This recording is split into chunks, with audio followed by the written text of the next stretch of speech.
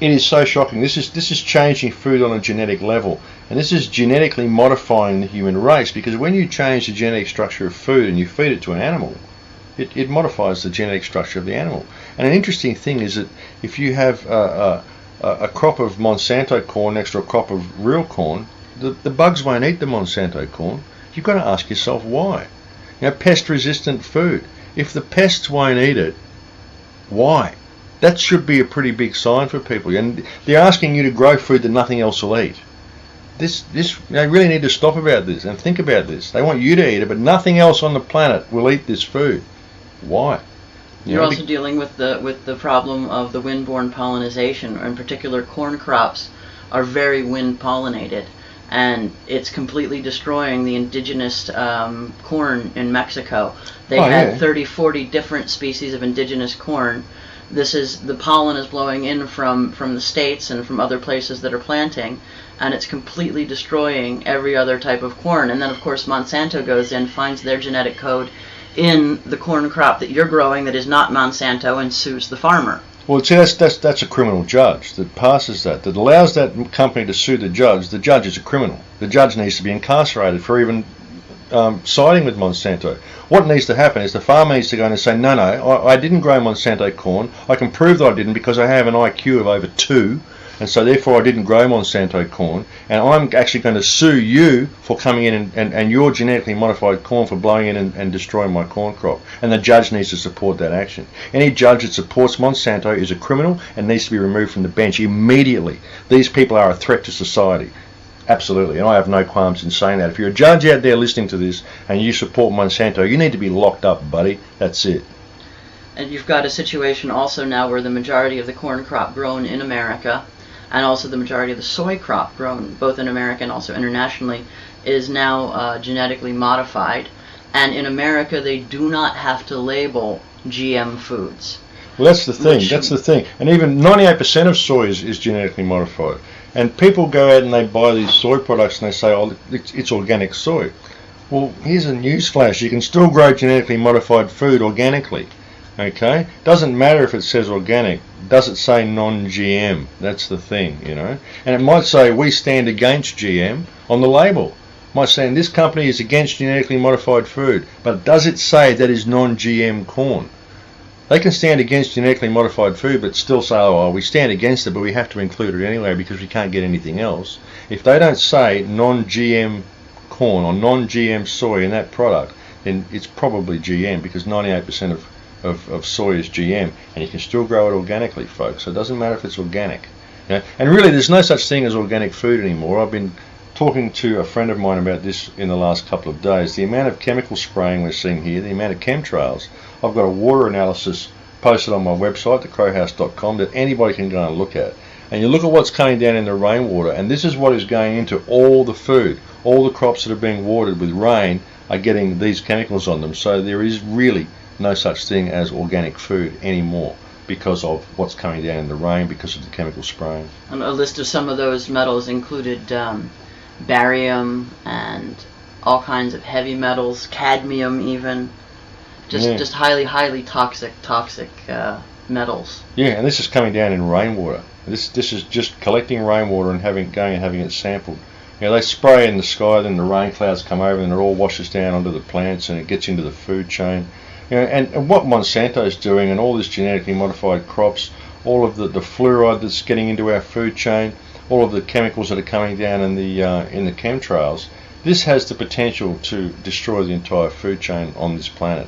This is a very, very serious situation, and people are just walking around with their head in the sands, too worried about what's on their latest iPod and if they've got the latest Gucci shoes and what's on the TV. It's just amazing. The world's being destroyed around them, and nobody cares. It's frightening, really. And in addition to the Terminator seeds that have been created and the genetically modified seeds, we're also finding now that even non-genetically modified seeds are being patented, and you're being told that you're no longer allowed to harvest your own seeds. Well, I would just ignore that, and I would say that any police officer that enforces that law is a criminal and needs to be arrested. This is the thing. You can't patent seeds. This is patenting life. Any judge that supports a patent by a company is a criminal judge and needs to be removed from the bench. these laws, see, I'm of the opinion that if a law is not related to justice, if a law is unjust, then it is no law and it's entitled to no obedience, because ultimately it's not really entitled to obedience anyway, because it's legislation. It's not law, it's legislation. The only law that people are actually subject to is common law, civil law. All of this other stuff, all this government legislation contravenes common law, and so therefore it's entitled to no obedience, and I'm a firm believer in that. It isn't until people enjoin themselves to their corporate self that they make themselves applicable to these laws, but even in doing that they could plead ignorance and say, look, I didn't know that I was being represented as a corporation. I didn't know, you know. And I believe that we need to stand up against this. This is another thing of non-compliance. But people need to stand up and make noise about this corrupt legislation. It's enacted by people who are elected to act in the best interest of the people. It's a complete, it's just doublespeak. It doesn't make any sense at all of this legislation. It doesn't make any sense at all. And I believe that most of it is entitled to no obedience, personally. That's an interesting point, that as a person you are not necessarily a natural human being but a corporate entity, and that's why the reason for the all capitalization on things like your birth certificate, and which I think is illegal in and of itself, because it's signed for you when you're under 18 by your parents. You've been incorporated. So if it's been done, you know, in your name before you're even of age of consent, you're not even of the age to be able to, you know, go to the bathroom on your own, then I think that should automatically be null and void. Oh, absolutely, absolutely. But people just roll over on command. It's amazing. We've got this society of people that just roll over on command. So, but yeah, you're absolutely right. I mean, this was signed for you, not by you. And most people are unaware that it's even like this. They're unaware that the all capitals version of their name is actually a corporation. Most people look at their license, their electricity bill, they just think that's their name on there. But it's not. It's a corporation that looks like your name, and you agree to be that corporation. You agree that you will represent that corporation.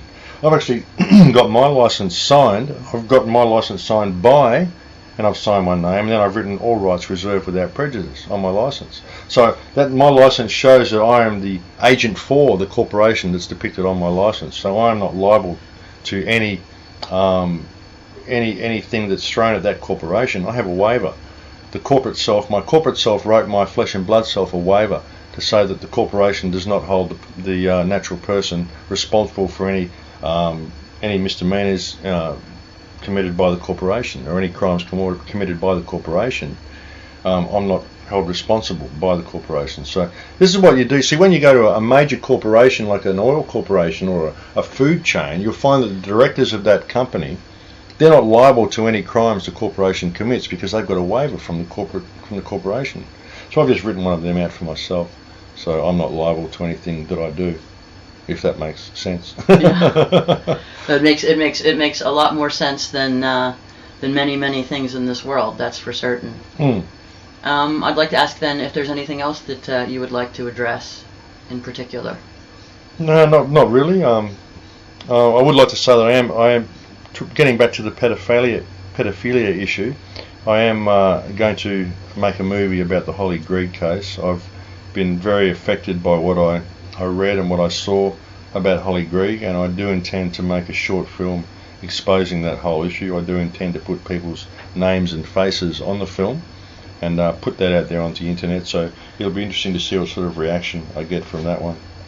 Well, I look forward to you stirring up a bit of a hornet's nest there, because you know you can't simply let the hornet's nest sit in the corner of the living room and ignore it. You know, better to get the hose out and knock it down and, you know, get it out of the living room there. So yeah, I'd like to see what comes of that. Well, absolutely. I mean, as Martin Luther King said, those who see evil and do nothing to stop it are as bad as those who perpetrate the evil. And I won't be silenced. You know, I won't look on and do nothing, because that's, as someone else said, that's all that causes the perpetuation of evil, is that good men do nothing. So yeah, that needs to be addressed, and I intend to do that. Well, thank you very much. That was Max Igan, and we are in Australia today for the COTO Report. I'm Megan Carger, and I'd like to thank you all for listening to us today.